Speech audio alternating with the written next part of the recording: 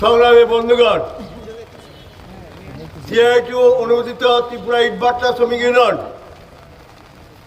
রাজ্য কমিটির আহ্বানে আমরা সিদ্ধান্ত নিয়েছি 5 দফা দাবি তাকে ভিত্তি করে আমরা আজকে শ্রম দপ্তরের সামনে মিছিল, বিক্ষোভ এবং প্রতিনিধিমূলক ডেপুটেশন দেব।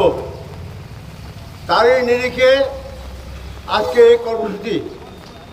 সবাই জানেন গত কদিন যাবৎ প্রচণ্ড প্রাকৃতিক দুর্যোগ চলছে গোটা রাজ্যে, কিন্তু প্রাকৃতিক দুর্যোগের মধ্যেও আমরা কর্মসূচি বাতিল করিনি। এই কারণেই আমাদের রাজ্যে ইটভাটা শ্রমিক, নির্মাণ ক্ষেত্রে যুক্ত শ্রমিক, সামাজিক ক্ষেত্রে যুক্ত বিভিন্ন শ্রমিক, শ্রমজীবী মানুষ তারা প্রচণ্ড সমস্যার মধ্যে দিন যাপন করছেন। তীব্র আর্থিক সংকটে রয়েছেন, কাজের সংকটে রয়েছেন, মজুরি নিয়ে সংকটে রয়েছেন।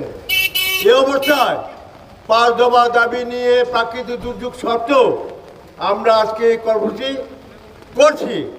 প্রথমে আমি আমাদের রাজ্যের বিভিন্ন মহকুমা থেকে এই ঝড় বৃষ্টি প্রাকৃতিক বিপর্যয় সত্ত্বেও যে সমস্ত সংগ্রামী সহযোগিতা কমরেড শ্রমিকরা এখানে এসেছেন, এখানে সামিল হয়েছেন, আমাদের এই কর্মসূচি উদ্যোগ নিয়েছেন, সবাইকে আমি রক্তিম লাল সালাম অভিনন্দন।